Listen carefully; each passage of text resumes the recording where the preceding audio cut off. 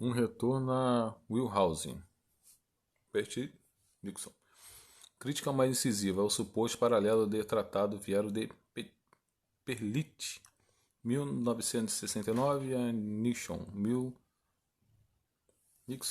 pode ser assim, 1986, que essencialmente ressuscitaram a visão de Wheelhouse de que o conceito de aliança era um desenvolvimento relativamente tardio na história da religião israelita, não antes dos materiais de Deuteronômio 28. Rejeitando completamente a abordagem crítica da forma de Mandahan, bem como a da escola de religiões comparadas. Perlit datou a ideia totalmente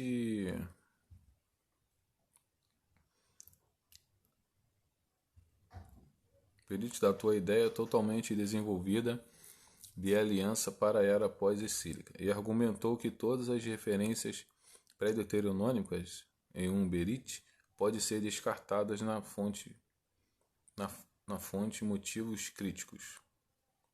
Da mesma forma, descartando supostos paralelos entre os tratados suzerano-vassalo como um beco sem saída. Nixon fez as seguintes observações incisivas para sublinhar que a analogia é inexata e, portanto, fundamentalmente falha. Deuteronômio não é um documento legal, no mesmo sentido dos antigos tratados do Oriente Próximo. Deuteronômio não é semelhante a um tratado em sua forma de apresentação, mas um discurso de despedida de Moisés. A legislação deuteronômica trata de muitos assuntos não estritamente pertinentes à relação lucerano-vassalo. 4. Deuteronômio contém 2 prólogos diferentes de qualquer coisa encontrada nos antigos tratados do Oriente Próximo. A designação de Yahvé como rei é notável em Deuteronômio por sua ausência. Nixon também levantou a questão de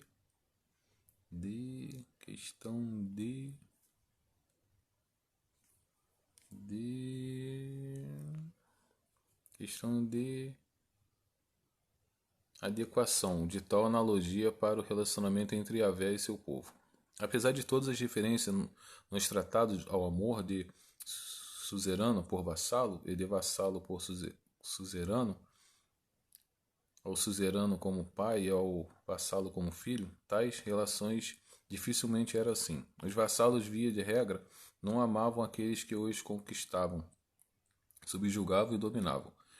Dizer aos israelitas que Yahvé os ama da mesma forma que um suzerano, por exemplo, Assurbanipal ou Nabucodonosor ama seus vassalos e que eles devem amar Yahvé como vassalos ama seus suzeranos, certamente teria sido uma bizarra representação do amor e o compromisso de Yahvé com seu povo, e do amor e o compromisso com os quais eles foram chamados a responder. 30.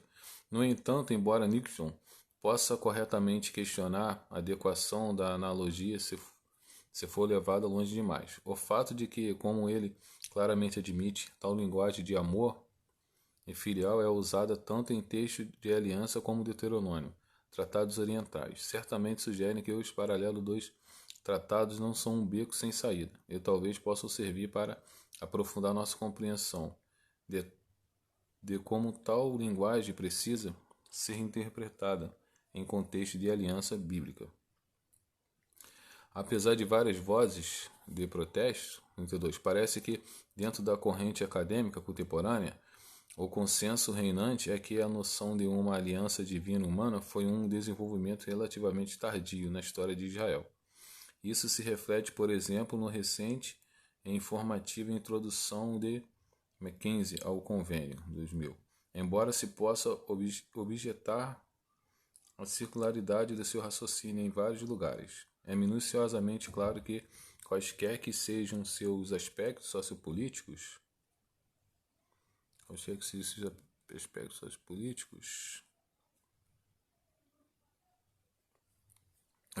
de origem, ele o conceito ou imagem de uma aliança divina humana chegou à plena expressão relativamente tarde na história de Israel.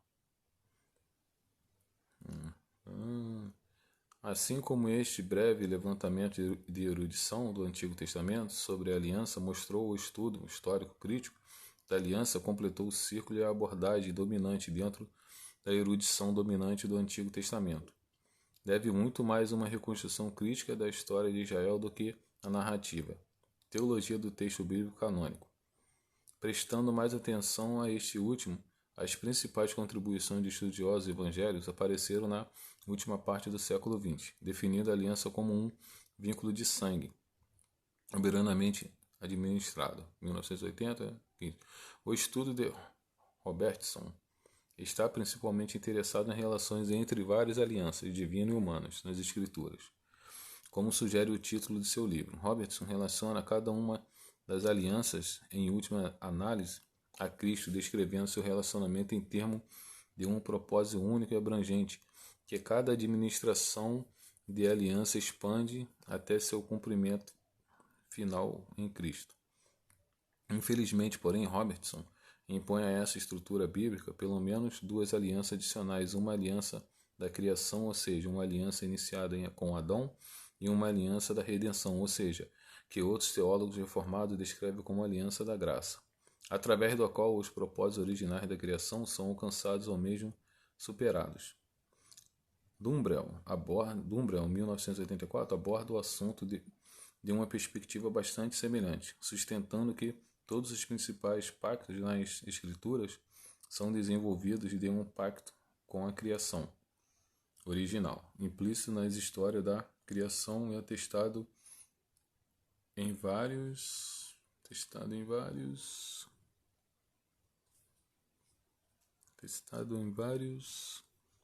de outros textos bíblicos. Assim, a essência, um pacto divino humano, com várias fases diferentes desde o seu início na criação até a sua consumação na nova criação. Tipos de aliança no Antigo Testamento, um tipo promissório incondicional e um tipo administrativo obrigatório. McComiskey coloca o abrâmico, Gênesis 15, e o davídico na primeira categoria e entende a aliança da circuncisão. A aliança mosaica é a nova aliança em termos de última. O significado de tal distinção entre a aliança descrita em Gênesis 15 e aquela descrita em Gênesis 17 será explorada mais adiante no presente estudo. Ver capítulo 4 especialmente. Vai ser abordado no capítulo 4. Em uma ousada tentativa de traçar um caminho intermediário entre o dispensacionalismo clássico e a teologia reformada, Welton, 1994, apresenta uma discussão sobre o pacto a partir do que ele chama de perspectiva reveladora, revelação de Deus a seu povo e às nações. Embora Welton tenha, sem dúvida, destacado o aspecto negligenciado da função das alianças divinas humanas. Desmoronar a aliança em revelação parece excessivamente reducionista.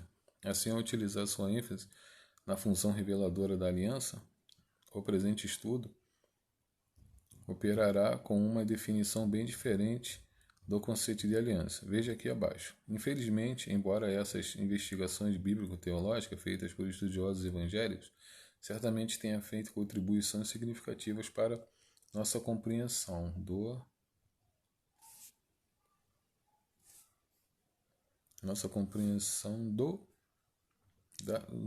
da teologia bíblica da aliança.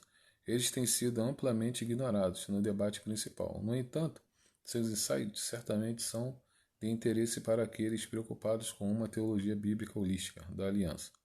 A presente investigação, por mais diferente que suas conclusões possam ser, em vários lugares pretende construir sobre os importantes fundamentos que esses estudiosos lançaram.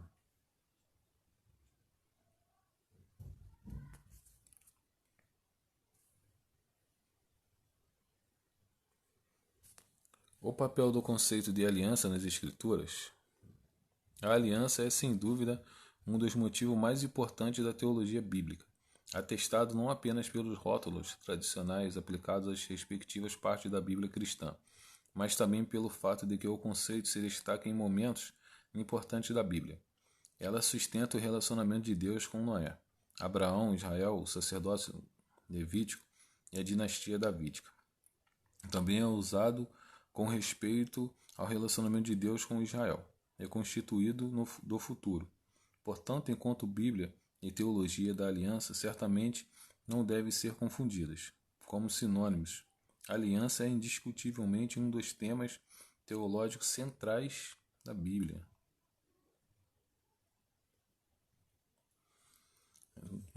Termino.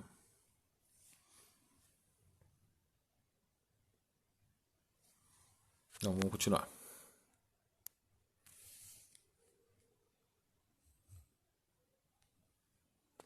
Aliança com um motivo teológico recorrente. Embora a terminologia aplicada às principais alianças divino-humanas nas Escrituras seja bastante uniforme, ou seja, noéica, noáquica, abraâmica, mosaica, sinaítica, davídica, real, nova, há menos concordância sobre o número preciso de tais alianças e seus relacionamentos com o outro. De fato, embora muitos reconheçam apenas os relacionamentos divinos humanos aos quais a terminologia da aliança é expressamente aplicada, outros, principalmente dentre dos círculos reformados, identificaram várias alianças adicionais, incluindo uma aliança da graça abrangente. Este último conceito está claramente no cerne do que é conhecido como teologia da aliança, desde o apogeu da teologia federal no século 17, 36. Os teólogos da aliança têm insistido que todas as alianças pós-labissarianas entre Deus e os humanos são sustentadas e mantidas unidas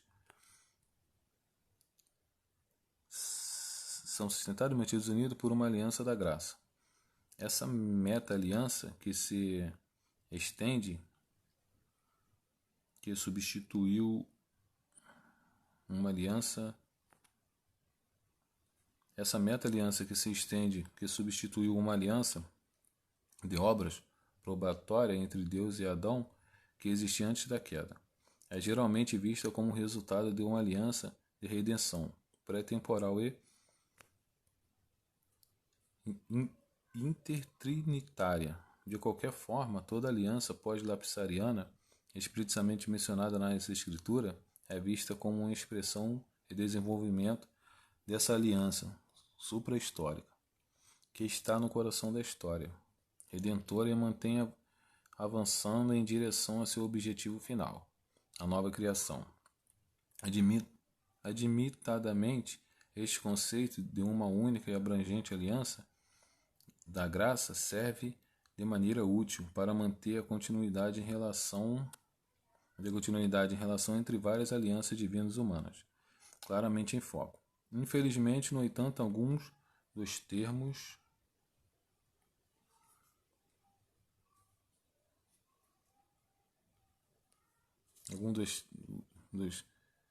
terminologia que foi assim introduzida na discussão provou ser problemática, potencialmente enganosa. Além disso, a sobreposição de uma estrutura pactual em todo o cano não se isenta de dificuldades, entre as quais a natureza um tanto hipotética da construção teológica principal, ou seja, a aliança da graça. Portanto, embora reconheça plenamente que todas as alianças divinas humanas, em última análise, servem ao mesmo propósito divino, abrangente, veja abaixo. Parece preferível em uma investigação bíblico-teológica articular esse propósito da maneira mais simples e inequívoca possível. Assim, em vez de falar em termos de uma única e abrangente aliança da graça, a unidade e a continuidade das várias alianças divinas humanas serão explorados em termos do propósito universal de Deus. Um propósito que é claramente expresso na criação de Gênesis, narrativa que encontra seu cumprimento final na nova criação inaugurada através da morte e ressurreição de Jesus Cristo.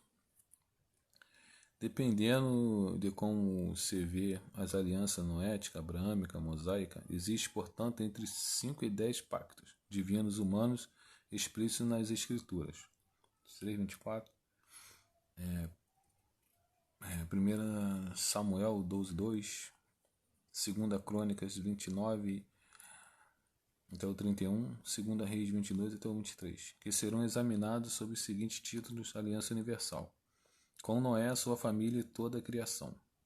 As alianças patriarcais com Abraão e sua semente, as alianças nacionais com Israel e seus representantes sacerdotais, a aliança real com Davi e sua semente, a nova aliança com Israel espiritual, renovado e reconstituído.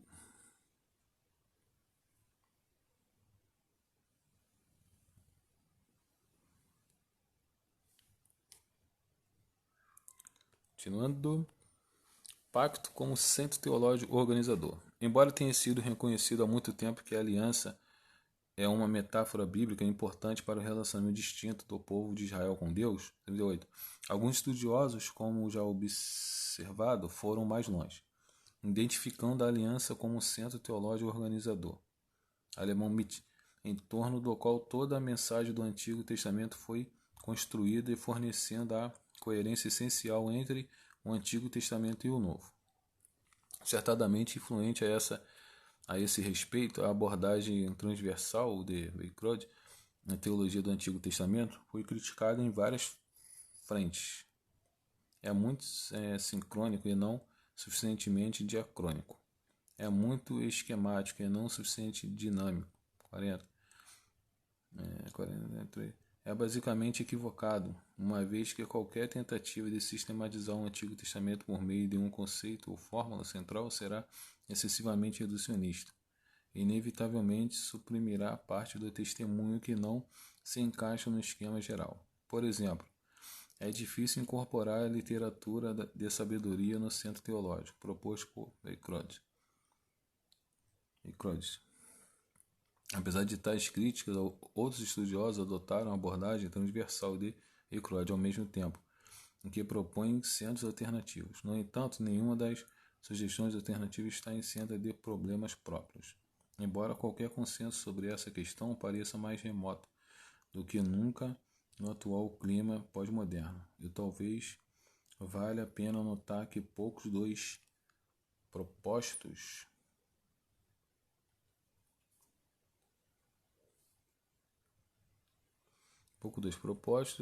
três são completamente removidos da ideia da aliança, de Weicrodt. No entanto, dado o fato de que existe parte significativa das escrituras nas quais a ideia certamente não é proeminente, por exemplo, a literatura sapiencial, parece melhor identificar a aliança simplesmente como um dos principais temas teológicos da escritura, em vez de tentar reduzir todas as outras trajetórias, de modo a espremê-las nesse modelo, nesse molde, né?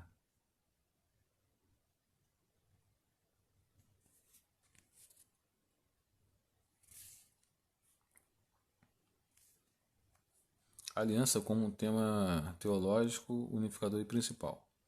Como a discussão assim me ilustrou, a nomenclatura tradicional da Bíblia cristã, ou seja, Antigo Testamento e Novo Testamento, não é totalmente equivocada, embora a terminologia da aliança não possa ser usada com tanta frequência no Novo Testamento. Por exemplo, o termo grego para aliança, diateque, ocorre apenas 33 vezes, principalmente no Corpus Paulino, em Hebreus. O conceito, ou seja, a era da nova aliança inaugurada por morte e ressurreição de Jesus Cristo, está no cerne da teologia do Novo Testamento. 45. Além disso, essas realidades da nova aliança, experimentadas em Jesus Cristo, são repetidamente prometidas e prefiguradas no Antigo Testamento. Todas as promessas da aliança de Deus antecipam essa realidade escatológica e o compromisso da aliança de Deus com Noé, Abraão, Israel, o sacerdócio levítico e Davi. Tipifica ou prefigura isso de uma forma ou de outra. De fato, mesmo a literatura sapiencial, com sua ênfase no temor do Senhor como a chave para o conhecimento e a sabedoria, está intimamente relacionada com o conceito de viver um relacionamento de aliança com Deus. Fica assim claro que o conceito de aliança é muito mais difundido em ambos os testamentos do que a mera frequência da terminologia explícita da aliança pode levar a concluir. Dada sua proeminência e difusão no texto bíblico, nenhum programa ou pregação ou currículo teológico pode ignorar a teologia bíblica da aliança por muito tempo. De fato, mesmo quando não mencionado explicitamente no texto bíblico, a aliança raramente está longe da superfície. Alguns textos antecipam as realidades da aliança, enquanto outros são construídos firmemente sobre esse fundamento. Portanto, não se pode expor ou explicar finalmente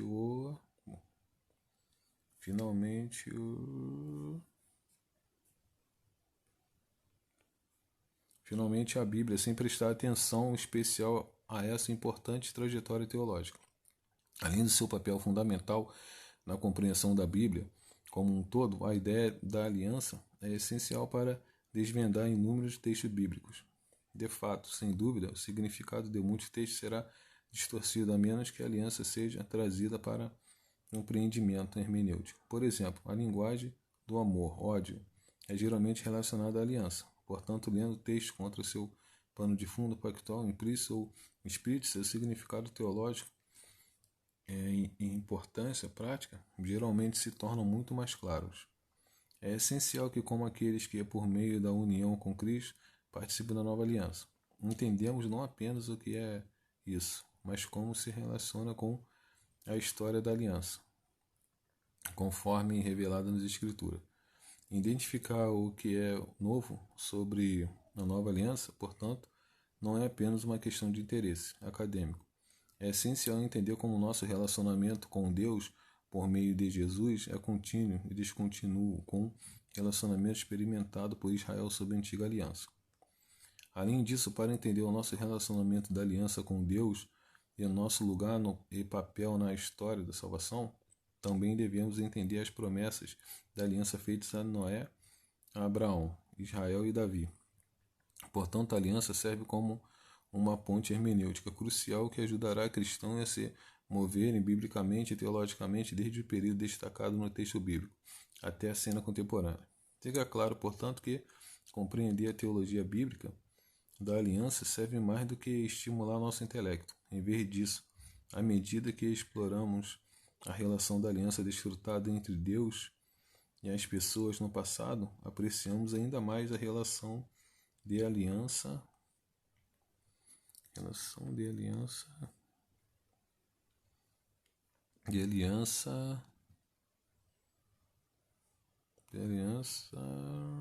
com Deus, que desfrutamos no presente, tanto em termos dos privilégios que abrange como das responsabilidades que consagra.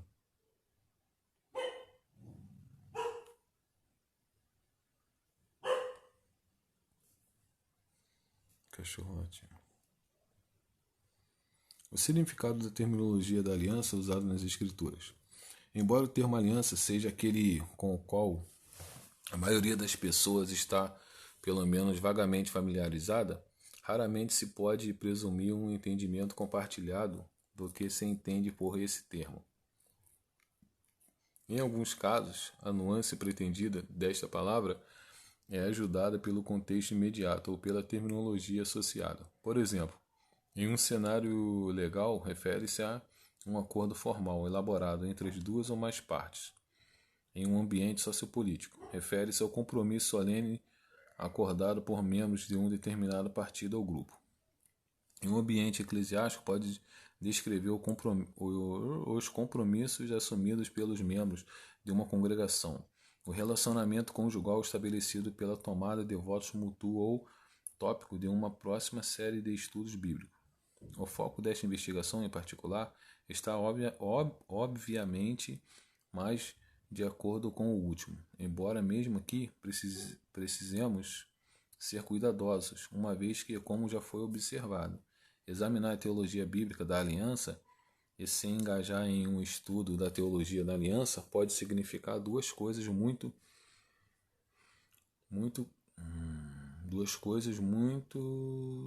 diferentes. É mais provável encontrar um último em um volume que trata da prática do batismo cristão ou da teologia sistemática.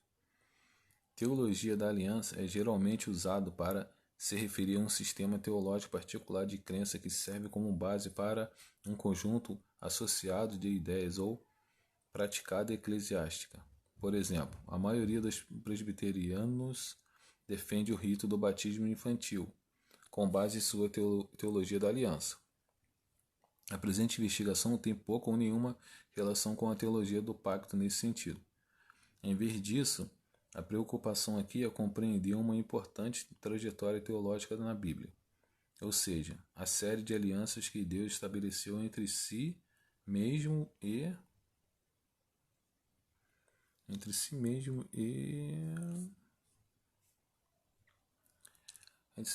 vários indivíduos ou grupos. Assim, nos capítulos seguintes, examinaremos a teologia bíblica da aliança, não os prós e contras da teologia da aliança. No entanto, mesmo com essa importante ressalva, o problema de definição não é resolvido, pois não há um entendimento universal aceito de que se entende por aliança nas Escrituras. É portanto para essa importante questão que nos voltamos agora. Para alguns, aliança é quase sinônimo de relacionamento, ou mais precisamente um relacionamento envolvendo promessas. Para outros, uma aliança exige que tais promessas sejam formalizadas de alguma forma, principalmente por meio de um juramento solene ou ritual simbólico. Para os outros, ainda um pacto é essencial, uma obrigação unilateral ou arranjo mútuo ou algum tipo outro, assim como vários arranjos instituídos entre Deus e os homens. Acordo de um tipo ou do outro. É frequentemente afirmado que o Novo Testamento também emprega o termo grego em seu sentido mais tecnicamente preciso, uma última vontade ou testamento. No entanto, veja aqui a discussão no capítulo 7 abaixo, assim como Mackenzie 2000 corretamente admite. Definir a aliança na Bíblia é definir a aliança na Bíblia não é fácil, quanto parece. Em termos gerais, a palavra refere-se a um arranjo ou algum tipo entre duas ou mais partes. Mas a natureza exata do arranjo nem sempre é clara, como ele observa alguns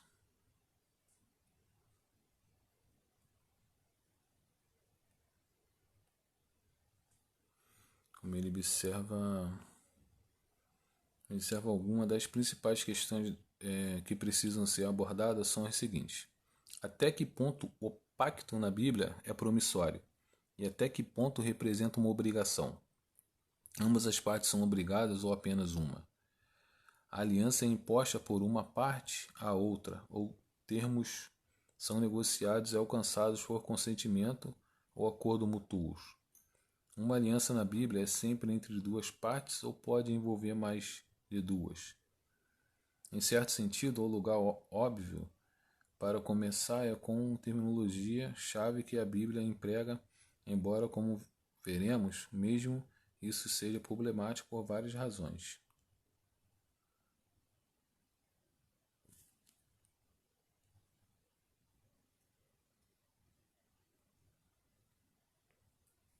A terminologia-chave.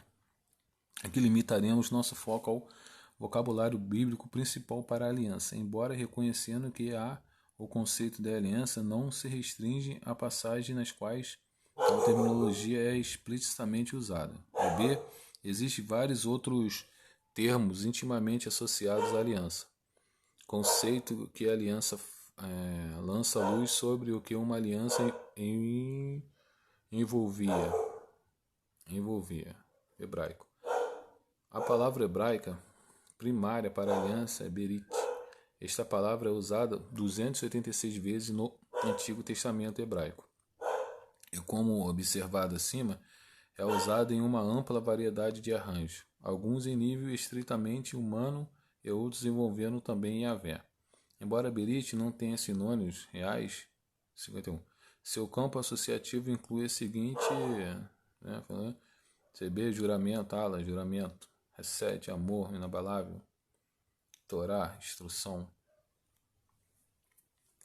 Mesmo quando encontrados em paralelismo, paralelismo com Berit, palavras como Alá e Torá não são estritamente sinônimas, como teste de substituibilidade reversa consiste em demonstrar claramente, assim como Nilsson, seguindo Bach, coloca em 1986, né? Embora se possa concluir que a confecção de um berit envolve a realização de um juramento, não se deve deduzir do mero juramento de um berit foi estabelecido. Infelizmente, a falta de acordo sobre a etimologia desta palavra hebraica aumentou a dificuldade de amarrar seu significado essencial. As etimologias propostas incluem o seguinte: PRHL, Comer, refletir a associação entre a iniciação da aliança e uma refeição comunitária. Com significado derivado, escolher, decidir, daí o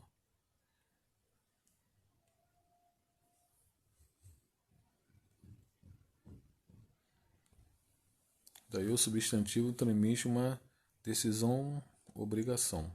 Birit, uma preposição acadiana que significa entre, sugerindo acordo entre duas partes. Birtu, um substantivo acadiano que significa fecho, grilhão. Portanto, uma aliança é um vínculo. É um radical bioconsonantal que significa separar. Portanto, uma aliança é um favor, um benefício especialmente designado ou separado. A natureza um tanto subjetiva de tais sugestões etimológicas, para não mencionar a natureza bastante especulativa de seus resultados, destacou para outros a falta de confiabilidade de tal abordagem. Como Barr observou pertinentemente, a etimologia de uma palavra pode ser um beco sem saída, uma vez que a etimologia diz respeito à pré-história da palavra, e B pode não ter absolutamente nenhuma relação com a função semântica da palavra como usada por Barr. Oradores e autores subsequentes, neste caso aqueles que criaram e compilaram o Antigo Testamento, certamente é mais proveitoso examinar cuidadosamente como a palavra é implantada em toda a extensão do Antigo Testamento, sem ignorar qualquer literatura extra-bíblica que possa lançar luz sobre o significado e as nuances do termo grego. Na Septuaginta, berit é geralmente traduzido pelo termo diatek.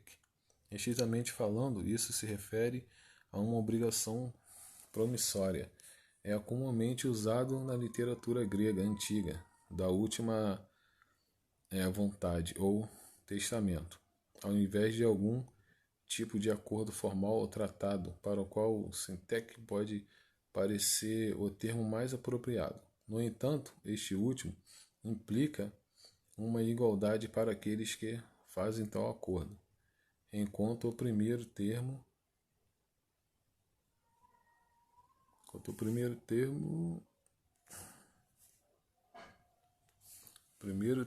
serve para destacar que o pacto é o resultado da iniciativa de uma pessoa e não meramente o resultado de um acordo mútuo. Outras duas partes iguais. Essa importante distinção pode ajudar a explicar por que diatek, em vez de sintec, é o termo grego preferido para os autores bíblicos. Como observado acima, o Novo Testamento segue a Septuaginta ao usar o termo diatek, em vez de sintec, com respeito à aliança. No entanto, em pelo menos duas ocasiões, Gálatas 3,15, Hebreus 9,16, ele supostamente usa o termo em seu sentido estrito, de vontade ou testamento. No entanto, mesmo a parte, a natureza, um tanto tenua, desta última conclusão, veja o capítulo 7 abaixo, em ambas as ocasiões o conceito é introduzido principalmente ao título de ilustração. Assim, pareceria um tanto incongruente usar o sentido supostamente distinto do termo nesses versículos, para estabelecer ou qualificar o significado de aliança em seu uso bíblico, mais geral. No máximo, esses versos podem destacar certas analogias entre um diatek em seu sentido literal e o construto teológica ao qual o termo é mais comumente aplicado.